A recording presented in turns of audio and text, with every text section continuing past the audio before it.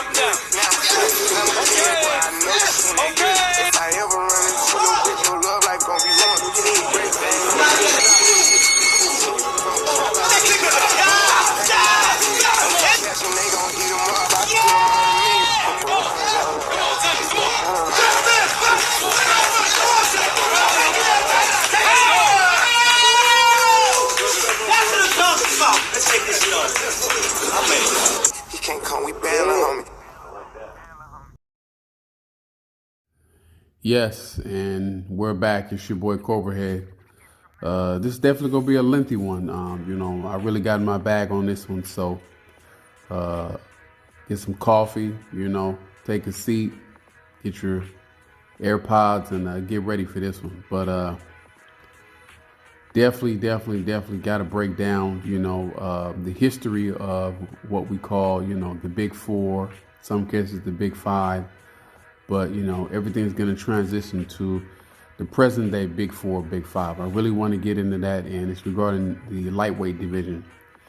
And I told you guys I was going to give you guys a breakdown video, and here we go.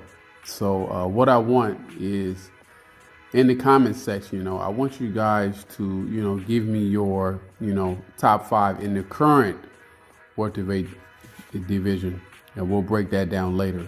But, everything, pretty much is compared to the past, and our past Big Four was Shakur Leonard, Roberto Duran, Tommy Hearns, and Marvin Hagler. And some people say there was a fifth, and that's Iran Barkley.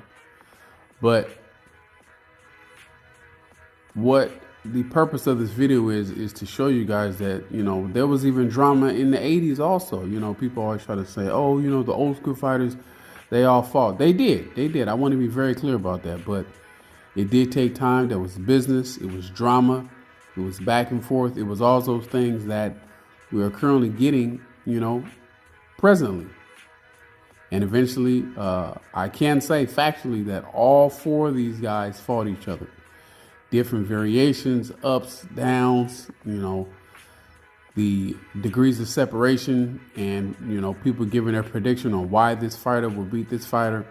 Some fighters has certain other fighters' numbers, and we're really going to get into it because I think that is going to be the present case, in the current lightweight division. And a lot of people are going to be surprised by my predictions of what I think is going to play out. But guess what? I'm entitled to that, and I would like to hear, your rebuttals and your responses. This is going to be very interesting. You know, this is a sport I'm very interested in, so I'm looking forward to hear you guys' responses as well. And I welcome them all. You know, I welcome all responses. You know, I like objective thoughts. You know, this is not a channel where I want everybody to be like-minded. You know, so you know, bring it and let's hear it out. But in regards to, you know, the 1980s or the golden era in boxing is what they call it. You know, it was very interesting. You know, I believe some of the purses that they were making back then around that time were just so much more than, you know, what these fighters are getting nowadays. And you have, I would say, the progenitor to a lot of the things that Floyd Mayweather did, Oscar De La Hoya did. They picked up those things from Sugar Ray Leonard. Sugar Ray Leonard, of course, was, I would say, he kind of came out on top, the creme de la creme, you know, and that's just how it all shook out. And eventually, you know, present day, the lightweight division, it will shake out. And a lot of people are going to be surprised of eventually how this is going to end up. It's going to be interesting to see, but it definitely will be a travesty if the big four, big five current lightweights, they don't fight each other. Boxing needs these type of fights to keep boxing around. But let's get into it, you know, just kind of seeing how the results ended with the past big four. Roberto Duran, he was 1-4 in the big four. You know, he beat Duran in the first fight. Roberto Duran beat Sugar Ray Leonard in the first fight. Sugar Ray Leonard beat him in the second fight in the no mas. Then he lost to Marvin Hagler. Then Roberto Duran was brutally knocked out by Thomas the Hitman Hearns. And he ended up with a record of 1-4 out of the big four. So he's definitely, you know, last, you know. And this is pretty much how, you know, the ranking is going to go. You know, 1, 2, 3, 4, A, B, C, D. Duran is a great fighter. He's a warrior. He fought everybody.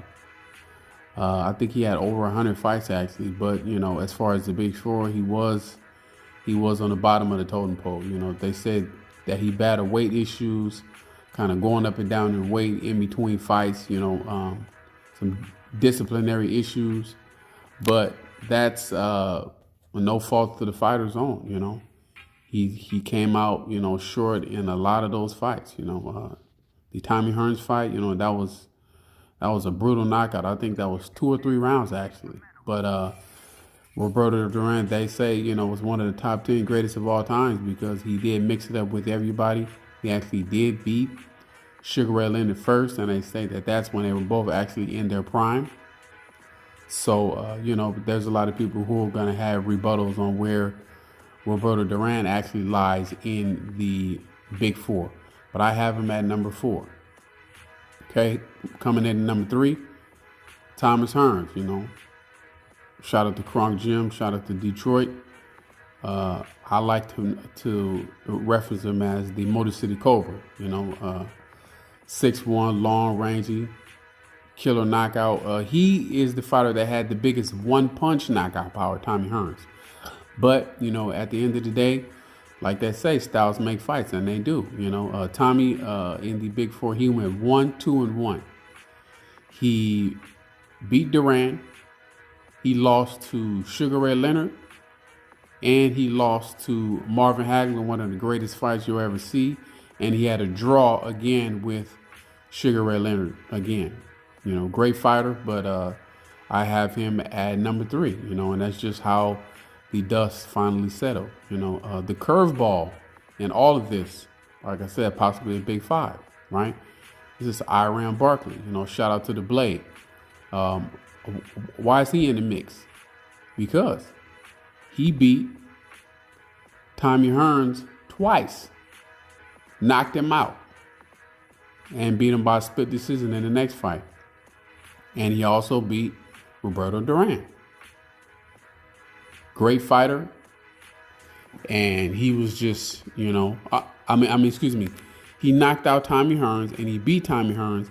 and he lost to Marvin Hagler. Excuse me. I want to be actually accurate about how everything shook out.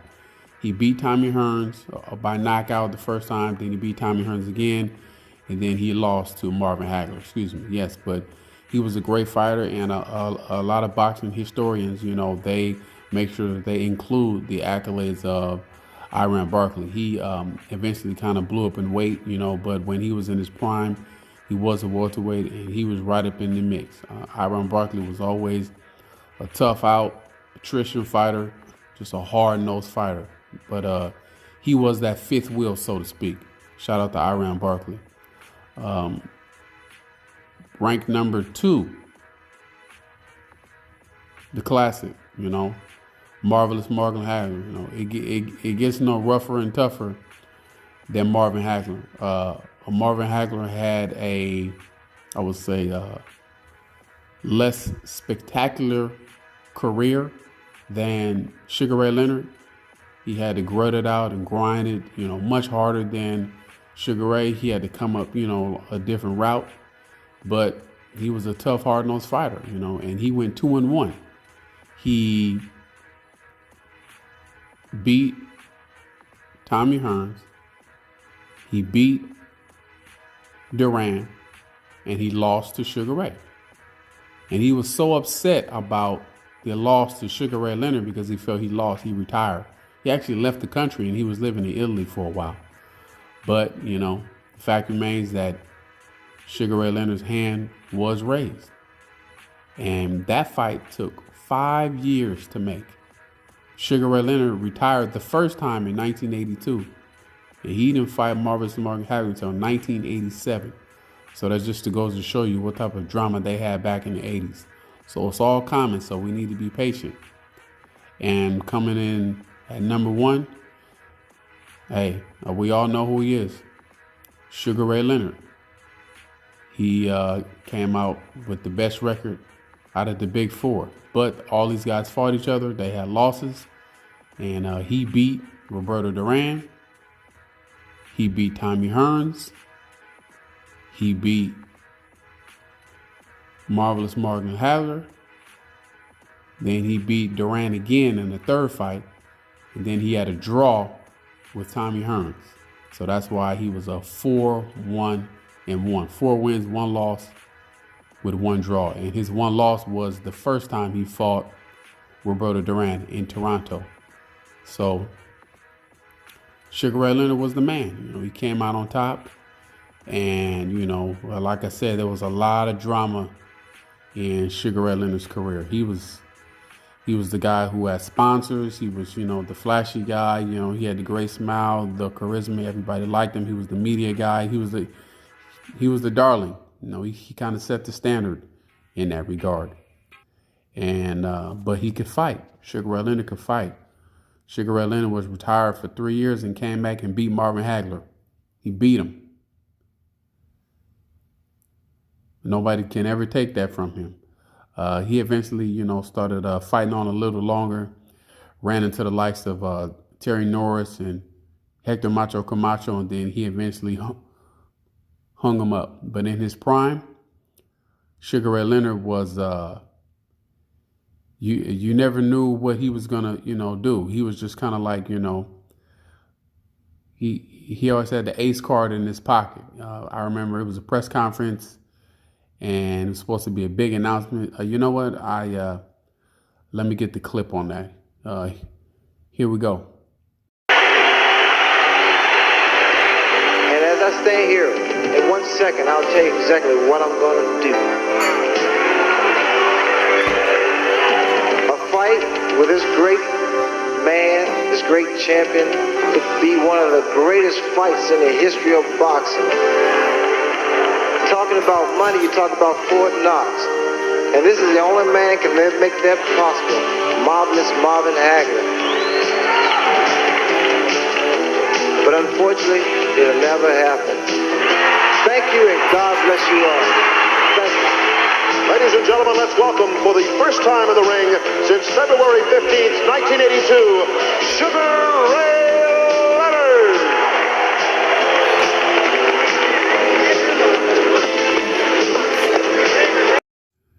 Yes, so the past always sets the stage, for us to bring us to present day. So let's bring us to the present day lightweight division. Let's get into possibly the big four or big five. And I'm just going to go over the fighters here. I'm more so concerned about how you guys have them ranked 1 through 5.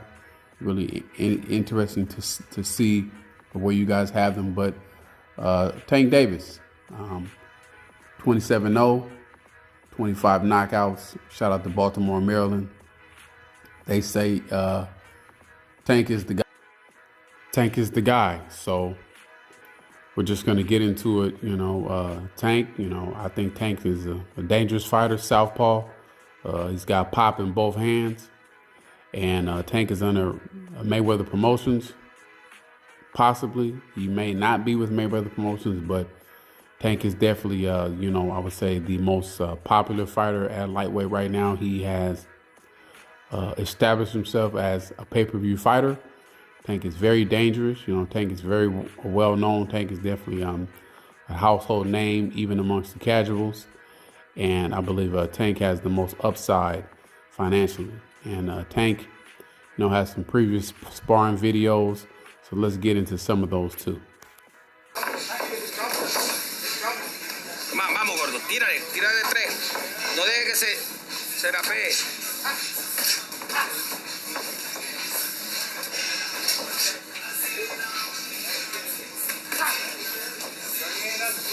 Vamos, ¿qué tú le haces a los zurdos? ¿Qué tú le haces a los zurdos? Así, mira.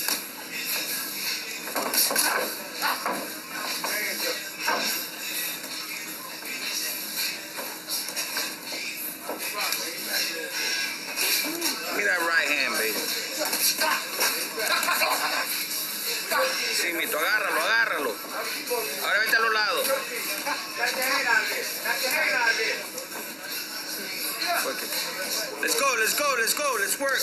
Let's work. Come on, let's work. Don't hit him behind the head. Come on. Boy, he's grabbing his hand. He's grabbing his fucking hand. Yeah, leave him, coach. We just fucking around. Leave him. I ain't saying shit.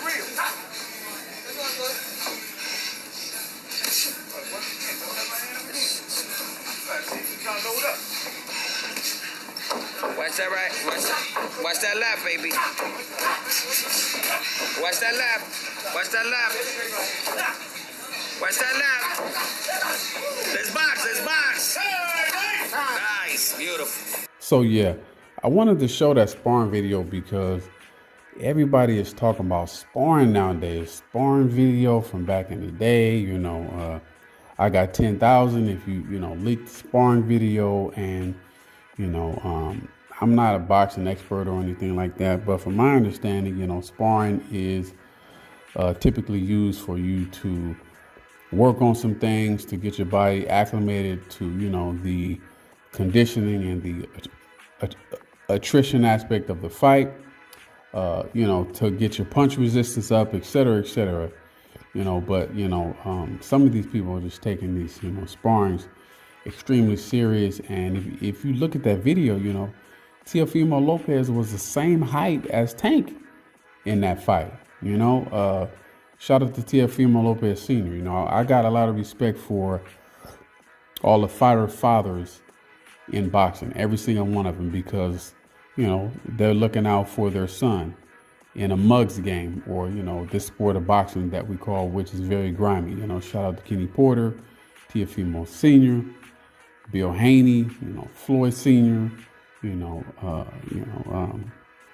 Duran Ennis's father, Tony Harrison's father, the father and son combos, I'm a big fan of those, so shout out to all the brothers that are looking out for their son. Even shout out to Ryan Garcia's father. He's very protective and he feels that he's guiding his son right too. So you always got to respect that. But back to the sparring, the sparring stuff is just getting out of hand.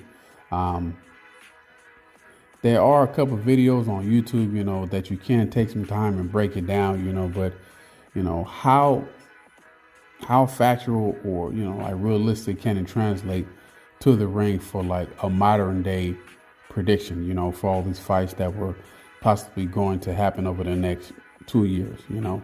We'll see, you know, are they kind of cool to look at, you know, to see how much a fighter has improved since that time? Yeah, you know, but it's just gone a little overboard for me personally, you know. But let's get into it next. We got Rolly Romero, who is possibly the fifth wheel in this, I would say, you know, Big Four plus one. Rolly is definitely a strong fighter. You know, he did get into boxing a little later than the other fighters. He has like a judo or mixed martial arts background, so they said that he kind of has like some balance issues, you know, but Rolly is a very strong fighter. I think if you looked at the scorecards, Rolly was up on the scorecards at the time that he got knocked out by Tank. So Rolly is definitely still up there. I would like to see Rolly fight like a pit bull, you know, pit bull Cruz, you know, but we'll see where Rolly winds up in the fight. Next, of course, the king right now, you know, Devin Haney. You know, Devin Haney is the number one fighter, the undisputed fighter with all the belts. Nobody can take that from him. Devin Haney is an excellent fighter. He's rangy, quick, skills. He's got a big heart because he went to Australia twice. So that type of win twice will put extreme confidence in the fighter mentally, to be mentally strong. So Devin Haney is definitely something that needs to be dealt with. Vasily Lomachenko, great fighter. He only has 2 losses. He lost to Orlando Solito early in his career, got spanked actually, and he lost to Teofimo Lopez. He's got 2 losses. He's getting up there in age. Possibly can be a fight with Devin Haney in 2023. I think they are going to make that fight. Devin's going to win that fight. I think Devin's going to win that fight pretty easy, and it's going to surprise a lot of people. And now we go into Ryan Garcia. Is Ryan Garcia going to come out on top? Does he have the potential to come out on top? I would say yes. Ryan Garcia is 5'11", talented fighter. I believe he's growing to his body. I believe he's going to do well under Joe Goosen. He's got a lot of upside. I believe, this is just my opinion. Ryan Garcia has the most potential. Once he gets a little more confidence, he's got a big left hand. There are some older sparring videos where, it's kind of getting roughed up a couple of times by Rolly Romero. A lot of people don't like him. I get it. But the fact remains is that these guys all need to fight each other, and Ryan Garcia is definitely a factor that definitely needs to be seen and dealt with. Next, we have Shakur Stevenson, 18-0, 9 knockouts. Shakur is coming up from 130. All these guys know each other. Shakur is from New Jersey. Shout out to Brick City. And these guys are extremely talented, high IQ boxing. I believe a lot of these guys know each other from the amateurs, and him and Devin Haney, have been going neck and neck in all the divisions, from the silver gloves, the golden glove, the trials. And Shakur went on to become an Olympian, but Devin Haney turned pro. So, they've always been sharpshooters, and I would say more of a high IQ boxer type of fighters that kind of needed a little more time to grow into their body, And those two guys, I believe, are on a collision course sooner than Tank and Devin, because both of these fighters are on top rank. I can definitely see Bob Arum making that fight before the Devin Haney and Tank fight, or Shakur and Tank. Because of the promotional issues, I definitely see this one happen because they're on the same, but they're both on top rank at this time. And Bob Arum is all about keeping money in-house. And they had an infamous sparring match, so Let's get into that. It's over here for the third time.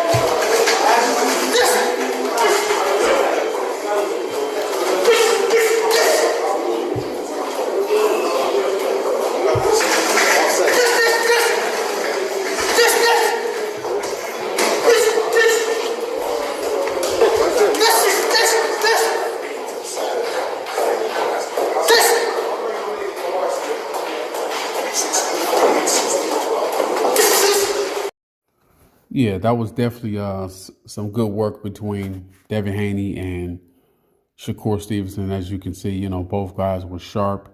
Devin looked a little bit physically stronger than Shakur in that video. You know, I think that was, you know, a couple years back. But yeah, that's definitely a high stakes chess match in that fight. But that brings us to Devin Haney and Tank. They've been going, you know, back and forth on social media over these past couple of weeks. I think Shakur and Devin have been going back and forth as well. Yeah, a lot of internet, YouTube stuff, you know, Instagram stuff, Twitter. You know, I'll pop in every now and then to kind of see what's going on. But, you know, these fights aren't getting signed. You know, I think the only one that possibly is signed without a date, but I'm hearing the date is going to be, I believe, April 15th, 2023. That's Devin versus Ryan Garcia. That's a real fight. You know, they just keep bringing up sparring videos, and I believe Blue Blood did an interview with Adrian Broner a couple of days ago, and that was pretty interesting, you know, because Adrian Broner was there along with a couple of other people, and there's actual footage, you know, and Adrian Broner, he was honest. So let's get into that. I'm like, man, in my eyes, I just really don't see none of them guys really beating him.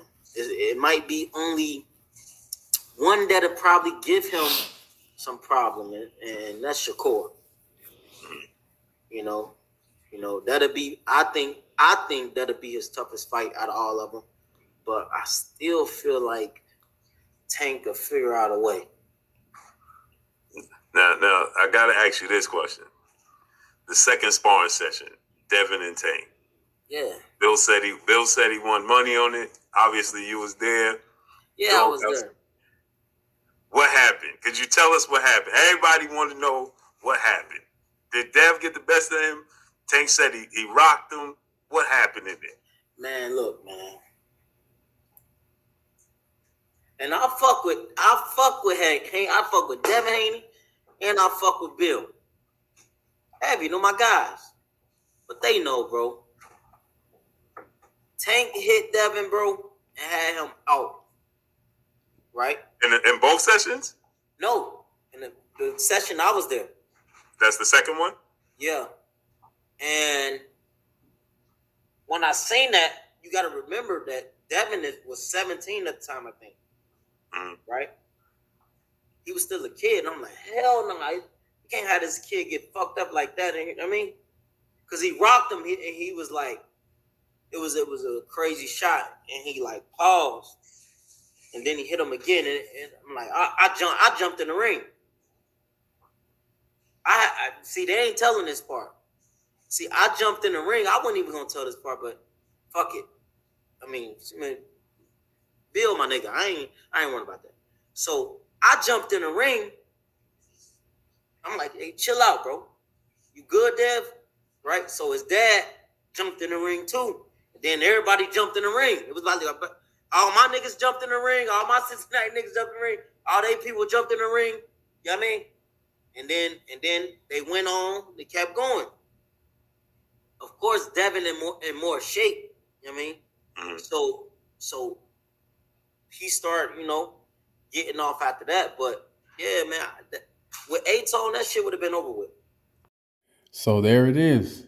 At the end of the day, Tank has power in both hands. And when Tank lands on these guys, that's definitely going to be really, really, really telling to see how they can handle Tank's power. Tank's power is definitely real.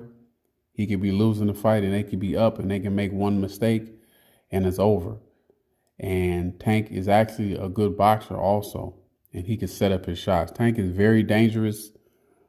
And that's why they say, Tank may be the best, but that definitely remains to be seen.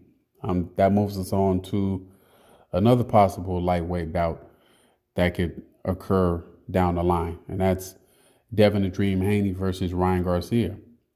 These two are the tallest and the rangiest out of the five. And that's an interesting fight too, but what is actually on paper and what is actually going to happen is Ryan Garcia versus Tank Davis. And Ryan Garcia versus Tank Davis is definitely going to be a pay-per-view fight. It's going to sell a lot of a pay-per-view. The gates are going to be high. The tickets are going to be high. It's going to be, all access behind the scenes, or, whoever's going to be, the carrier for the fight.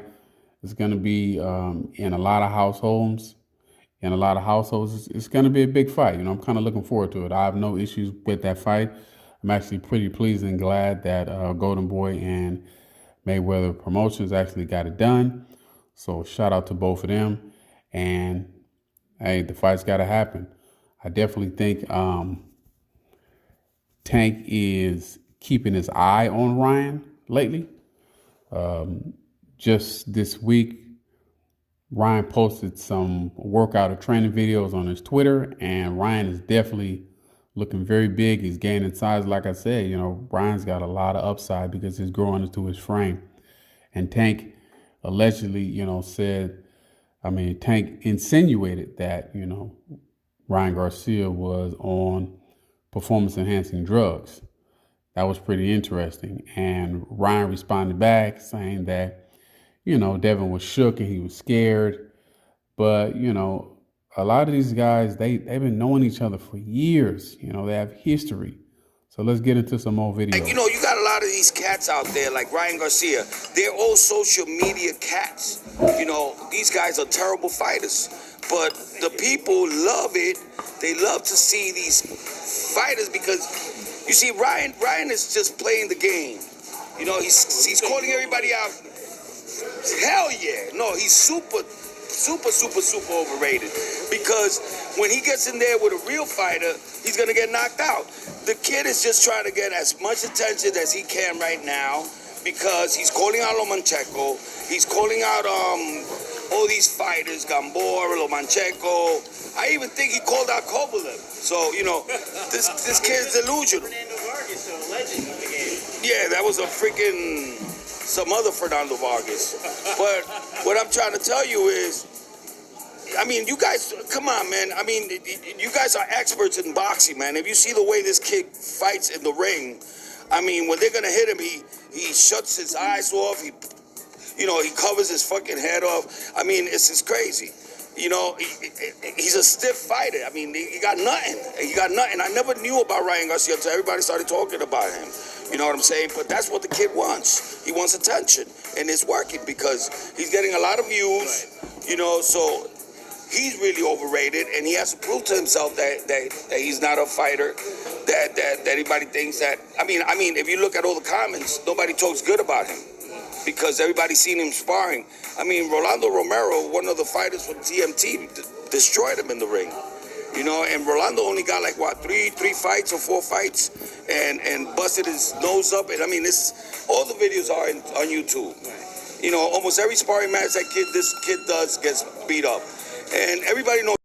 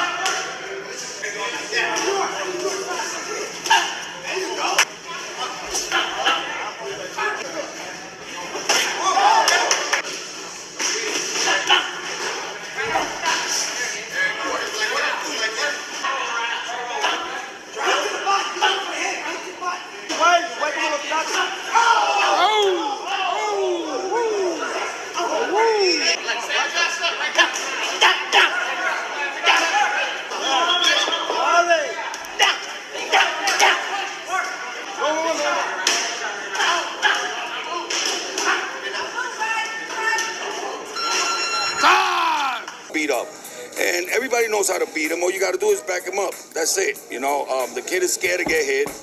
You know, he's got a lucky punch. To me, you know, he just stays. You know, he stays tall with his chin up because the only thing that he's got is that left hook. And you cannot just have one thing in boxing. You got to have different things because you got to adapt to different. See what I mean? These guys know each other for long. All these guys have been seeing each other for years and years and years. And now all of their sons and all these guys are professionals. And, you know, they've got previous sparring videos. And, you know, they feel that they have a fighter all figured out. And, you know, I will say this. Ryan Garcia did get knocked down by Luke Campbell in the same fashion that Teofimo Lopez Sr. just mentioned. You know, backing up on the line with his chin up, boom, he got dropped. He got up and finished the job, but what if Tank hits him that way? Is he going to get up? I don't know. I know Ryan Garcia is getting physically strong over these last, 3-4 years. He's going to his body. He's got a huge left hook. Ryan Garcia is definitely a dangerous fighter. I'm definitely going to make my prediction to give my breakdown on the fight as it gets closer to the fight. But we have to see if Ryan Garcia is going to really push Tank to some levels that, he's never been. He's definitely got some physical attributes. He is the tallest. He might even be the heaviest outside of the ring as far as his walk around weight. Ryan Garcia is, 6-7 inches taller than Tank. So, like Teofimo Lopez Sr. said, he doesn't like to be pushed back, so can he fight on the back foot? All of those tactical things are going to be, clarified and resolved, So the lightweight division is really heating up. There's a couple of guys, honorable mention, Keyshawn Davis as well as Frank Martin. Frank Martin's got a tough fight coming up, and we'll see how all this shakes out. I'm really excited. I am a boxing fan, and I really would like to hear from you guys on how you have your top 5 ranked. Is it Ryan Garcia? Is it Devin Haney? Is it Shakur Stevenson? Is it Lomachenko, or is it Rolly Romero? So that's what I'm interested to hear from you guys. This definitely was a longer video. Appreciate you guys tuning in. I appreciate the feedback. Appreciate you if you guys like and share the video. This is a growing channel. Definitely a lot more content to come. I do have some baseball videos coming up as well as basketball. So definitely going to try to mix it up. Pretty excited about the direction the channel is going in. So that was all I had. Cobra Head out. We need to call a truce. You don't hit my men, I won't hit your men. You don't hurt my brother, and I won't take your whole family. We're working out so you can get a piece of the action. Okay, chump? Champ. My word is bond.